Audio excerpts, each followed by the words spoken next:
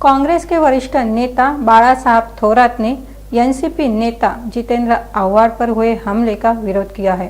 अहमदनगर में मीडिया को दी अपनी प्रतिक्रिया में उन्होंने कहा कि धर्म के आधार पर प्रगतिशील विचार और राजनीति को नष्ट करने की कोशिश गलत है। थोरात ने दूध उत्पादक किसान और सुजय विखे पाटिल पर भी अपनी प्रतिक्रिया दी। जितेंद्र आव्हाडांवरील हल्ला हे निषेधार्ह आहे।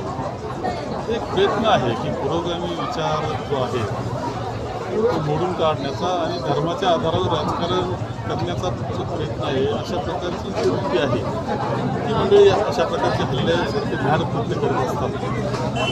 त्यामुळे आम्ही कायम अशा दिसत सरकार म्हणून कायमच मदत करावं लागते। ज्या वेळेस अडचण येईल व्यवसायाला त्यावेळेस मदत करावं लागते। आतापर्यंत आम्ही केलेली आहे, फक्त ती वस्तुस्थिती जाणून घेतली पाहिजे। तुम्ही ठीक आहे 5 रुपये देणार, अनुदान देणार, परंतु 5 रुपये अनुदान देण्याकरता 30 रुपये हे त्यातून संघाने दिले पाहिजे असा बंधन केलं जाते।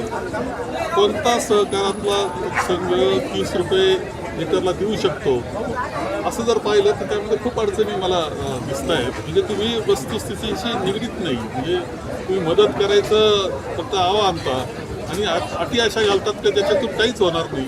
त्यामुळं शेतकरी उत्पादक खूप नाराज त्यामध्ये आहे। त्याला पावडरला निर्यातीला भरीव मदत करणं हे महत्त्वाचं आहे। आताची मदत ही तुटपुंजा मदत करून हा प्रश्न सुटणार नाही।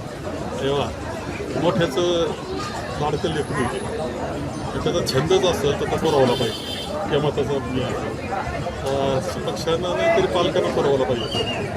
लेकराचा छंद आहे आणि 2 ठिकाणी म्हटले ते वाटलंच तर छंद पुरवण्याकरता एका वेळेस 2ही ठिकाणी उभा करू शकतो, राहू शकतो, पण पालकाचा छंद तर पुरा होईल। चालेल।